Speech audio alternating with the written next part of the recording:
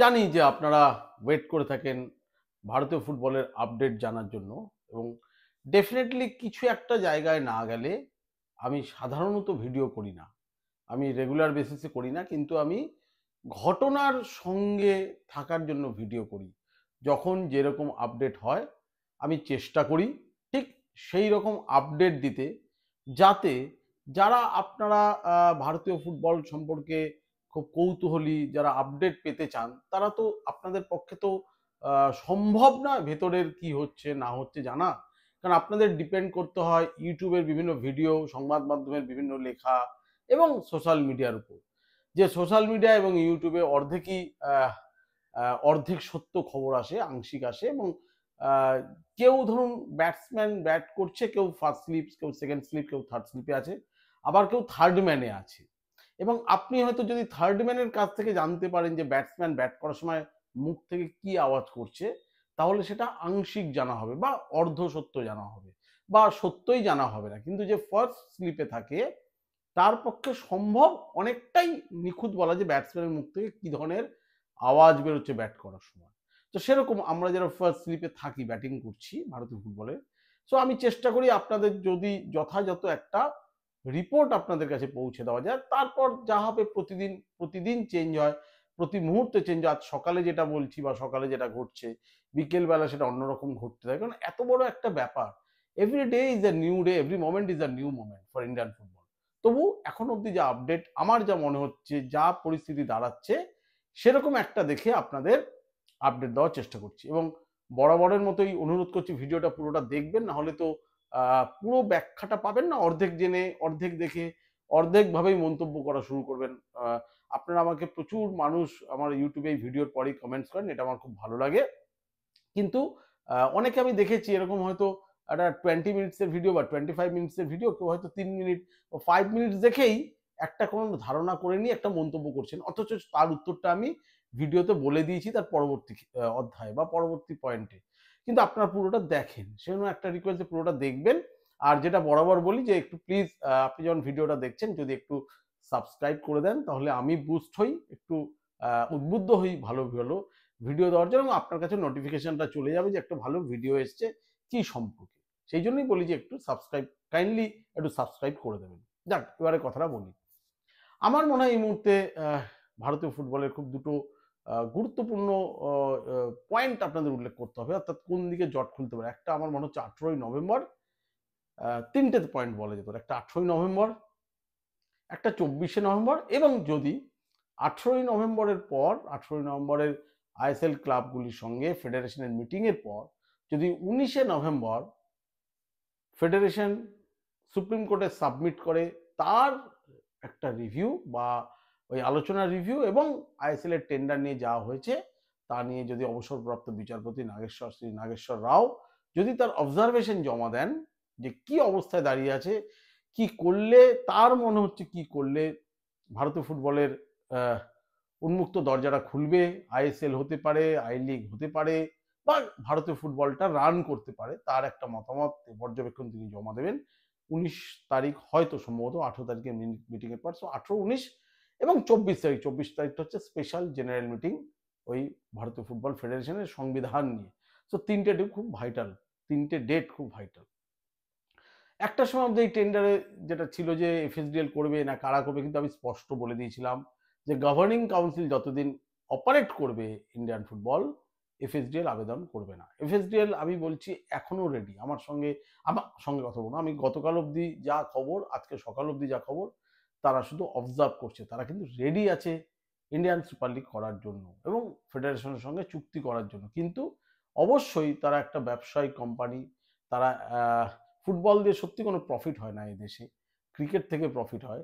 কিন্তু তবুও একটা কোথাও তো একটা ব্যবসায়ী, একটা কোম্পানি, কর্পোরেট কোম্পানি, তাদেরও তো কিছু স্বার্থ রক্ষা করতে হবে। সেহেতু তাদের দিক দিয়ে কিছু পয়েন্টস তারা রাখছে। সেই অনুযায়ী যদি Indian football, all India football federation এগোতে পারে, ডেফিনেটলি তারা রেডি আছে এই বছরই আইএসএল করার জন্য এবং সাইন করার জন্য।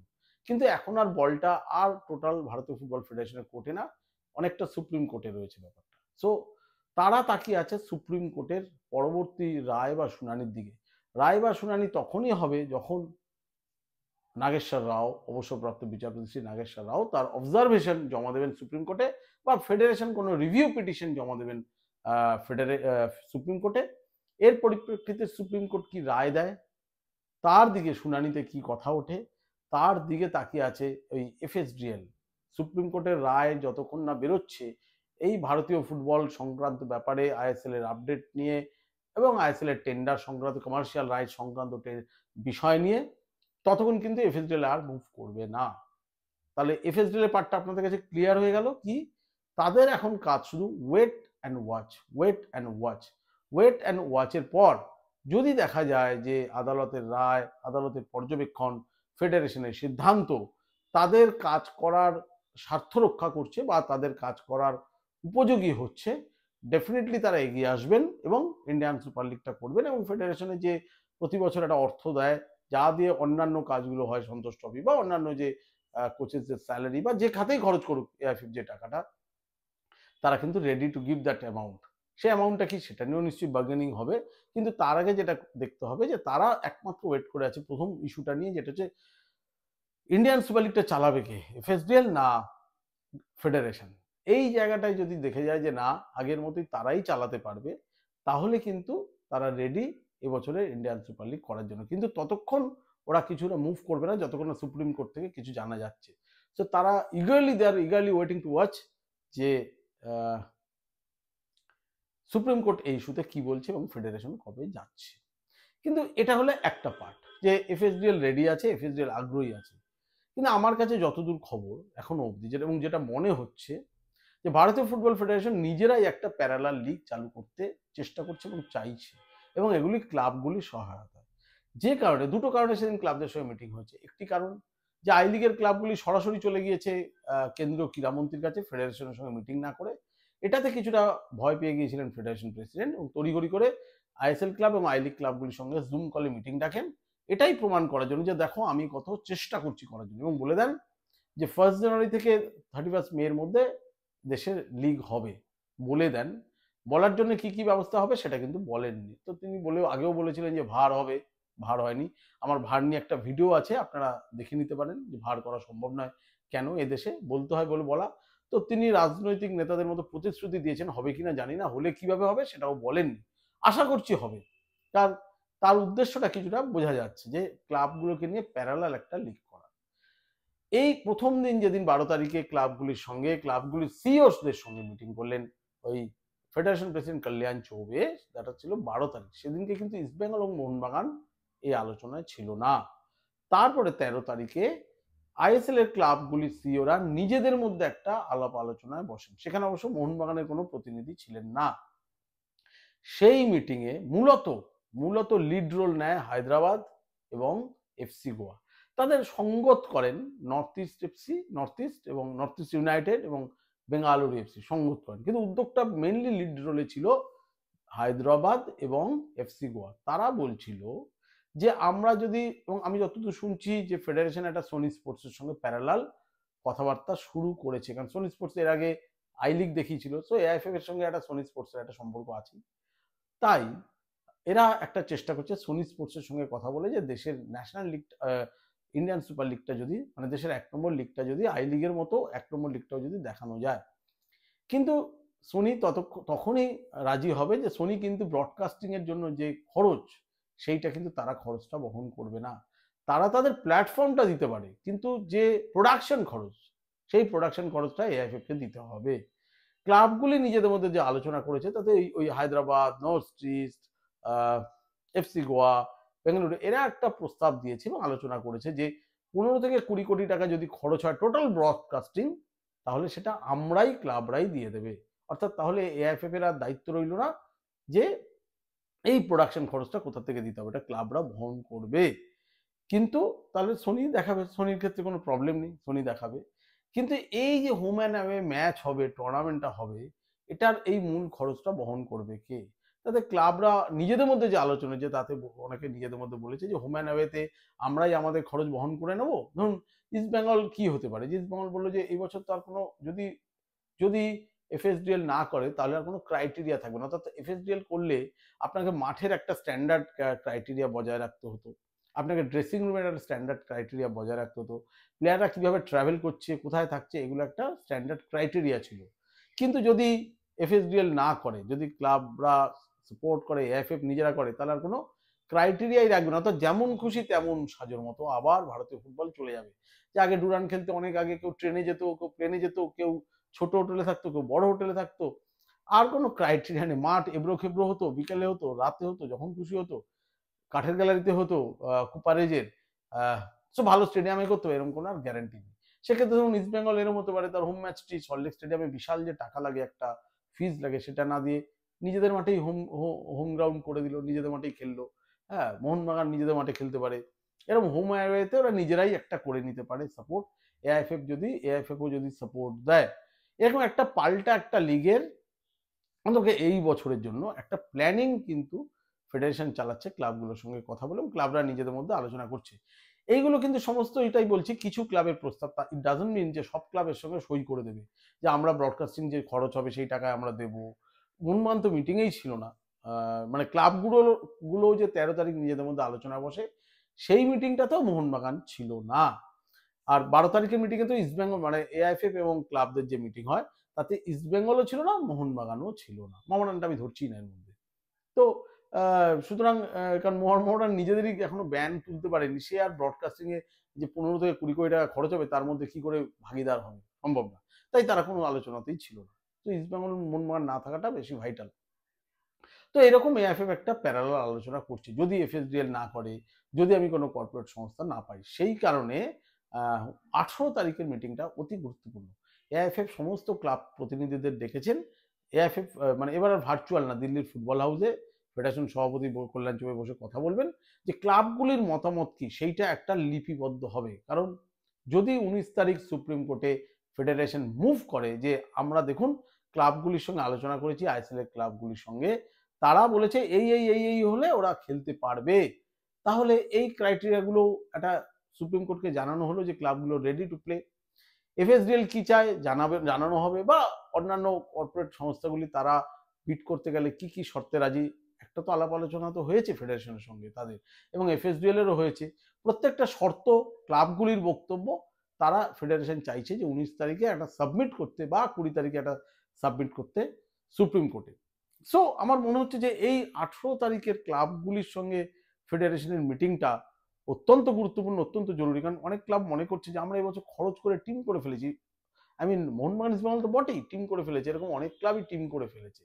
তার মধ্যে আজকে Bengaluru FC interim head coach হিসেবে রেনেডি সিং এর নাম মানে পয়েন্ট করে, রেনেডি সিংকে অ্যাপয়েন্ট করেছে। খুব ভালো সিদ্ধান্ত। আমরা কখনো করতে পারি না, কিন্তু অন্যান্য ক্লাবগুলি যখন এই আমাদেরই প্লেয়ারদের, ইস্টবেঙ্গলের প্লেয়ারদের, মোহনবাগানের প্লেয়ারদের চিফ কোচ করে ফেলে, তখন আমরা হাউতাশ করি। কিন্তু আমাদের ঘরের ছেলেদের আমরা করি না। রেনেডি সিং তো মণিপুরের হতে পারে, কিন্তু তার কর্মযোগ্য তো বাংলার ভূমিতে। এবং যেবার ইস্টবেঙ্গলের সহকারী করছিল রেনেডি সিং যথেষ্ট ভালো কোচিং করেছিলেন, তারপরে তাকে চিফ কোচ করার সাহস আর আমরা দেখাতে পারি। আজকে বেঙ্গালুরু এফসি কিন্তু দেখিয়ে দিল রেনেডি সিংকে চিফ কোচ করে। এবার অনেক ক্লাব এই যে ইনভেস্ট সামান্য হলেও করে রেখেছে, টিম গড়েছে, তারা বলবে আরে বসিয়ে বসিয়ে আমার বেতন দিতে হচ্ছে। মোহনবাগান তো বসিয়ে বসিয়ে বেতন দিচ্ছে। ইস্টবেঙ্গল না হয় তাহলেও সুপার কাপ খেলবে, কিন্তু তারপরে ডিসেম্বরের পর যদি কোনো খেলা না থাকে, তাকে তো বসিয়ে বসিয়েই বেতন দিতে হবে। তাই ওরা ভাবছে যে একটা কিছু করে এই বছরটা টিমই যখন হয়ে গেছে, একটা খেলে নি, এরকম একটা জায়গায় ক্লাবগুলোর মনোভাব আছে। তো তাই 18 তারিখে তারা এআইএফএফ এর সঙ্গে বসে ক্লাবগুলো কি প্রস্তাব দেবে, ক্লাবগুলো কতটা দায়িত্ব তুলে নেবে, ক্লাবগুলো যদি অর্ধেক দায়িত্ব তুলে নেয় ম্যাচ টুর্নামেন্টটা করার, যে একটা লিগ হোক এই বছর অন্তত পক্ষে, তারপরে হয়তো নতুন কমিটি এলো অগাস্টের পর সেপ্টেম্বরে, তারা ইলেকশন করে নতুন কমিটি আসবে, তখন বসে ভালোভাবে কোনো কর্পোরেট সংস্থার সঙ্গে বসে আলোচনা করে নতুনভাবে এই দেশের 1 নম্বর লিগটা আয়োজন করা যাবে। এই বছর হয়তো একটা স্পেশাল ভাবে করে নেওয়া যেতে পারে।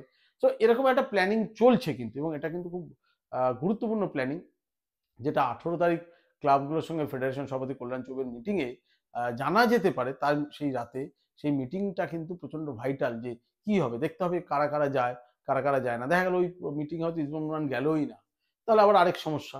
কেউ এলো না, সঙ্গে কি চাইছে, যতক্ষণ না 18 তারিখ যাচ্ছে তা হয়তো ততক্ষণ কিন্তু বোঝা যাচ্ছে না। সো 18 তারিখটা কিন্তু প্রচন্ড গুরুত্বপূর্ণ এই ইন্ডিয়ান সুপার লিগের জন্য। এটা আমি ইন্ডিয়ান সুপার লিগ বলছি, কিন্তু আই লিগের কি হবে কেউ জানে না। আই লিগে প্রতিনিধিরা ফেডারেশন কর্তাদের সঙ্গে আর বসেনি, কারণ বলতে বলতে তাদের গলা ব্যথা হয়ে গেছে। তবুও ফেডারেশন সময় পায়নি বসার জন্য। শেষে ওরা কেন্দ্রীয় ক্রীড়ামন্ত্রীর সঙ্গে কথা বলেছে, সব বুঝিয়েছে যে কিভাবে তাদের ফেডারেশন দিনের পর দিন মিথ্যে কথা বলছে। কেন্দ্রীয় ক্রীড়ামন্ত্রী আশ্বাস দিয়েছে তিনি ব্যাপারটা দেখবেন, এবং কেন্দ্রীয় ক্রীড়া সচিব যিনি আছেন তিনি বলেছেন যে আমরা এইটা নিয়ে ফেডারেশনের সঙ্গে অবশ্যই কথা বলবো। কেন আই লিগের আজকে এই দশা? আই লিগ 1 এবং আই লিগ 2 সবটাই কিন্তু আটকে আছে। একটা ঘেটে ঘ হয়ে আছে ভারতীয় ফুটবল। কোনটা হবে? আইএসএল হবে, আই লিগ 1 হবে, আই লিগ 2 হবে, কোনোটাই তো হচ্ছে না। এর মধ্যে আবার শুনতে পাচ্ছি রঞ্জিত বাজাজ আবার হুমকি দিয়ে বসে আছে, হয়তো সামনের মাসের ডিসেম্বরের 7 তারিখের মধ্যে যদি আই লিগ ব্যাপারে ফয়সলা না হয় তাহলে হয়তো তিনি নাকি ভারতীয় ফুটবল ফেডারেশন যে দিল্লির যে ফুটবল হাউস সেটাও তিনি লোক ঠোক নিয়ে ঘেরাও করতে পারেন। সেটা একটা অভিনব হবে যদি হয়। ভারতীয় ফুটবল এটাও তো হয়নি কোনোদিন যে দিল্লির ফুটবল হাউস ঘেরাও হচ্ছে। কলকাতা হলে এতক্ষণে হয়ে যেত। আপনি নিশ্চিন্ত থাকতে পারেন এরা যদি হেড অফিস কলকাতা হতো এবং ফুটবলটা এভাবে আটকে রাখা হয়েছে, এতক্ষণে আমাদের দিল্লি কলকাতা ফুটবল হাউস ঘেরাও হয়ে গেছে।